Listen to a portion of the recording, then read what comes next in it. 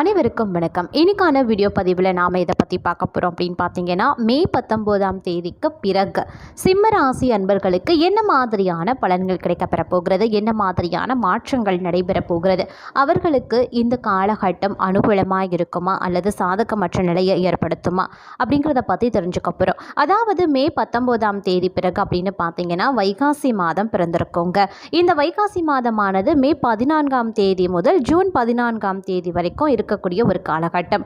அதனால் மே 19 அப்படின்னு பார்க்கும் பொழுது வைகாசி மாதத்தினுடைய முதல் வார தொடக்கம் அப்படின்னு கூட சொல்லலாம். இந்த காலகட்டத்தை பொறுத்த வரைக்கும் மே மாதம் 19ஆம் தேதிக்கு பிறகு இந்த வைகாசி மாத ஆரம்பம் அப்படின்னு வரும் பொழுது அவர்களுக்கு இந்த வைகாசி மாதத்தில் எப்படிப்பட்ட பலன்கள் கிடைக்கப்பெற போகிறது, என்ன மாதிரியான மாற்றங்கள் உருவாக போகிறது அப்படிங்கிறத பற்றின முழு விளக்கத்தையும் நீங்கள் தெரிஞ்சுக்கணுமா வீடியோவை ஸ்கிப் பண்ணாமல் கடைசி வரைக்கும் பாருங்கள். இந்த பதிவு உங்களுக்கு மிக பயனுள்ள விகிதத்தில் இருக்கும். வீடியோக்குள்ளே போகிறதுக்கு முன்னாடி இது வரைக்கும் நீங்கள் நம்ம சேனலை சப்ஸ்கிரைப் பண்ணலைன்னா உடனே சப்ஸ்கிரைப் பண்ணிக்கோங்க. அப்படியே பக்கத்தில் இருக்கக்கூடிய நோட்டிஃபிகேஷனுக்கான பெல் பட்டனையும் ப்ரெஸ் பண்ணிக்கோங்க. சரி நேயர்களே, வாங்க வீடியோக்குள்ளே போகலாம். சிம்ம ராசி அன்பர்களே, இந்த காலகட்டத்தை பொறுத்த வரைக்கும் உங்களுக்கு நீண்ட நாட்களாக முடிக்க முடியாமல் திணறிக்கொண்டிருந்த ஒரு காரியத்தை செய்து முடிச்சிடுவீங்க. அரசாங்கம் மூலமாக நடக்க வேண்டிய வேலைகள் திருப்திகரமாக நடந்து முடியும். சுப காரிய நிகழ்ச்சிகள் நடைபெறும். திருமண காரியங்களும் கைகூடும்.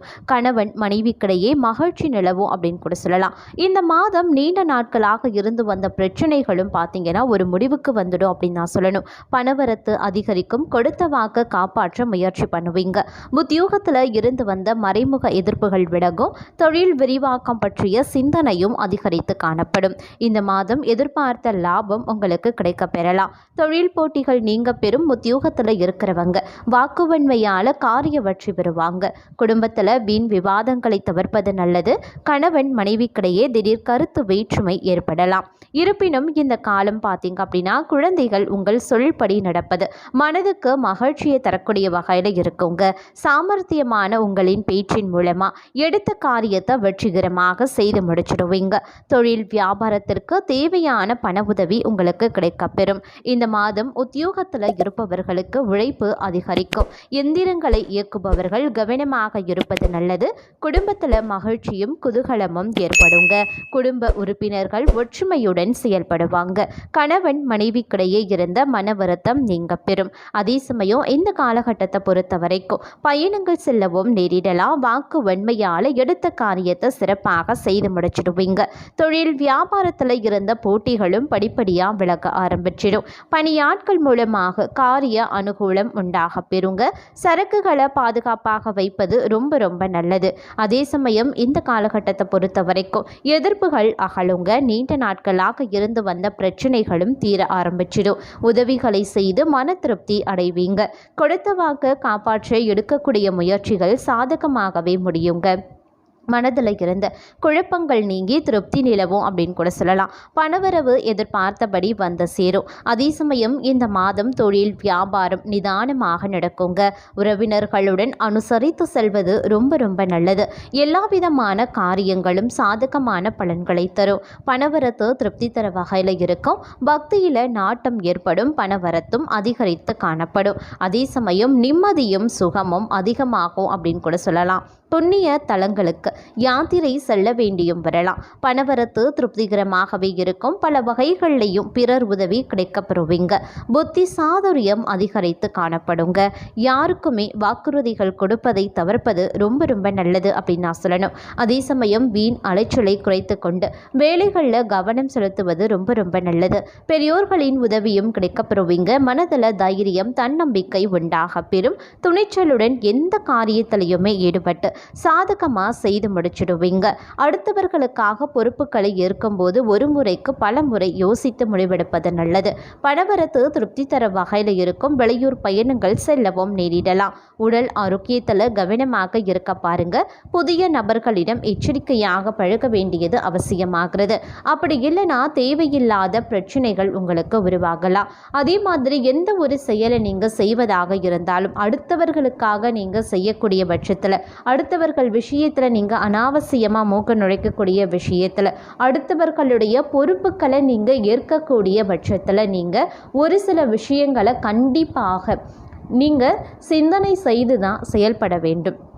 அதாவது அதில் உங்களுக்கு ஏதேனும் பார்த்தீங்க அப்படின்னா பிரச்சனைகள் வருவதற்கான வாய்ப்புகள் இருக்குது. முடிஞ்ச வரைக்கும் அடுத்தவர்களுக்காக அப்படின்னு நீங்கள் செய்யக்கூடிய ஒவ்வொரு விஷயமும் பார்த்தீங்க அப்படின்னா உங்களுக்கு பிரச்சனை தான். உங்களுடைய உடன் பிறந்தவர்களுக்கு நீங்கள் பண்ணலாம், தாய் தந்தையர்களுக்கு பண்ணலாம், அதை தாண்டி உங்களுடைய மனைவி குழந்தைகள் இவர்களுக்கு நீங்கள் பண்ணலாம்.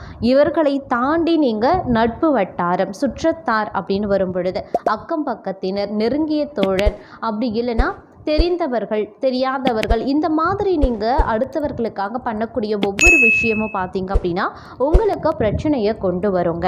அதனால் முடிஞ்ச வரைக்கும் சக பணியாளர்களாகவே இருந்தாலும் அவங்களுடைய வேலையை அவங்க பார்க்கட்டும், அவங்களுடைய வேலைகளை சேர்த்து நான் பார்க்குறேன், நீங்கள் உங்கள் வேலையை போய் உங்களுடைய பிரச்சனையை போய் தீர்த்துட்டு வாங்க அப்படின்ற மாதிரிலாம் நீங்கள் எதுவும் பண்ணாதீங்க இந்த காலகட்டத்தில். அப்படி நீங்கள் செய்யறீங்க அப்படின்னா அடுத்தவர்களுடைய வேலைக்கு நீங்கள் பொறுப்பேற்கும் போது உங்களுடைய வேலைக்கும் நீங்கள் பொறுப்பேற்று அடுத்தவர்களுடைய வேலைக்கும் பொறுப்பேற்று அதில் ஏகப்பட்ட பிரச்சனையும் நீங்கள் சந்திப்பீங்க. அது அடுத்தவர்களுக்கு சாதகமாக அமையும். நீங்கள் யாருக்கு பொறுப்பேற்கிறீங்களோ அவங்களுக்கு அது சாதகமாக இருக்கும், அவங்களுக்கு பிரச்சனை இருக்காது. ஆனால் முழு பிரச்சனையும் நீங்கள் தான் அனுபவிப்பீங்க. இந்த மாதிரியான நேரங்களில் கொஞ்சம் சிந்தித்து செயல்பட பாருங்கள். எந்த அளவுக்கு நீங்கள் பொறுப்புகளை ஏற்கலாம் அப்படிங்கிறத சிந்தனை பண்ணி ஆலோசனை செய்து நீங்கள் அந்த பொறுப்புகளை ஏற்றுக்கொள்ளுங்க. உதவி செய்கிறீங்களா, எந்த கட்டத்துக்குள்ளே நம்மளால் இது முடியும், இது செஞ்சோம் அப்படின்னா நமக்கு எந்த காலத்துலேயும் நமக்கு எந்த வித இடையூறும் கிடையாது, பிரச்சனையும் கிடையாது அப்படின்ற பட்சத்தில் நீங்கள் உதவி பண்ணலாம். அடுத்தவர்கள் விஷயத்தில் மூக்க நுழைக்கலாம், அடுத்தவர்கள் விஷயத்தில் தலையிட்டு ஏதாவது கருத்து சொல்லலாம். அது இல்லாமல் நீங்கள் உங்களுடைய விருப்பத்திற்கு நான் சொல்லணும், நான் இருக்கேன், நான் பண்ணணும் அப்படிங்கிறதுக்காக நீங்கள் உங்களுடைய ஆடம்பரத்தையும் உங்களுடைய கௌரவத்தை நிலைநாட்டணும் அப்படிங்கிறதுக்காக நீங்கள் ஒவ்வொரு விஷயத்தையும் செய்யும் பொழுதும் அது உங்களுக்கு பிரச்சனையை தான் கொண்டு வரும் அப்படிங்கிறத நினைவில் வைத்து கொள்ளுங்கள்.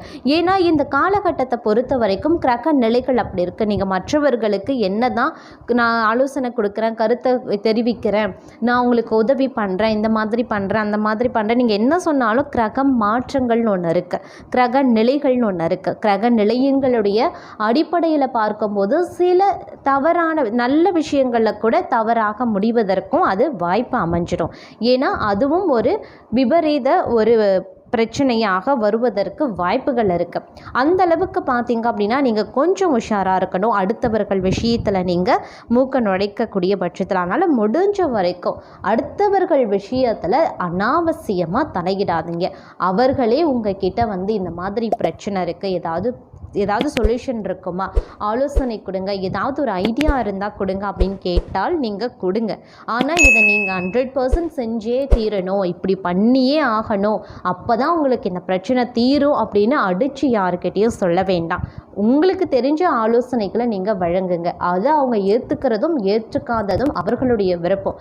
ஏற்றுக்கிட்டாலும் அது அவங்களுடைய இஷ்டம், ஏற்றுக்கலனாலும் அது அவங்களுடைய இஷ்டம். ஆனால் நீங்கள் இதை பண்ணியே ஆகணும், அப்போ தான் உனக்கு இந்த பிரச்சனை தீரும் அப்படின்னு வற்புறுத்தி ஒரு விஷயத்தை நீங்கள் செய்ய சொல்லக்கூடிய பட்சத்தில் உங்களுக்கும் அது பிரச்சனை, அவங்களுக்கும் அது பிரச்சனை, இது தேவையில்லாத அனைவருக்கும் பிரச்சனை. அதனால் இந்த மாதிரியான பிரச்சனைகள் இந்த வைகாசி மாதத்தில் உங்களுக்கு அதிக அளவில் ஏற்படும். அதனால் இந்த விஷயத்துலலாம் கொஞ்சம் கூடுதலாக கவனமாக இருந்துக்கிட்டீங்க அப்படின்னா இந்த மாதம் அப்படிங்கிறது பெரிய அளவில் உங்களுக்கு எந்தவித பாதிப்பும் இருக்காது அப்படின்னு சொல்லலாம்.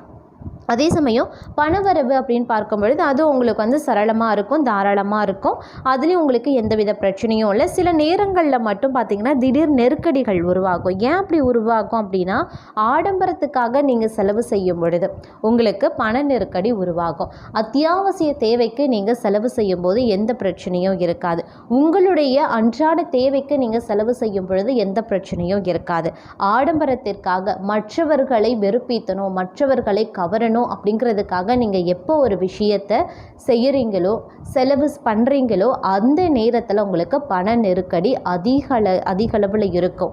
அதனால் யோசனை பண்ணி செய்யுங்க. மற்றவர்களுக்காக எதையுமே செய்யாதீங்க, உங்களுக்காக பண்ணுங்க. உங்களுக்கு எது பிடிச்சிருக்கு, உங்களுக்கு எது நல்லது, உங்களுக்கு எது தேவை அதை மட்டும் நீங்கள் செய்து கொண்டீங்க அப்படின்னா இந்த மாதம் அப்படிங்கிறது ரொம்ப ரொம்ப அமோகமான அற்புதமான காலமாக அமையப்பெறும். அப்படி இல்லை அப்படிங்கிற பட்சத்தில் பிரச்சனை பிரச்சனையையும் பண நெருக்கடியையும் நீங்கள் சந்தித்தாக வேண்டிய நிர்பந்தம் நீங்களே உருவாக்கி நீங்களே அதை சமாளிக்க வேண்டிய சூழ்நிலையும் வந்துடும். அதனால் கொஞ்சம் ஜாக்கிரதையாக இருந்துக்கோங்க.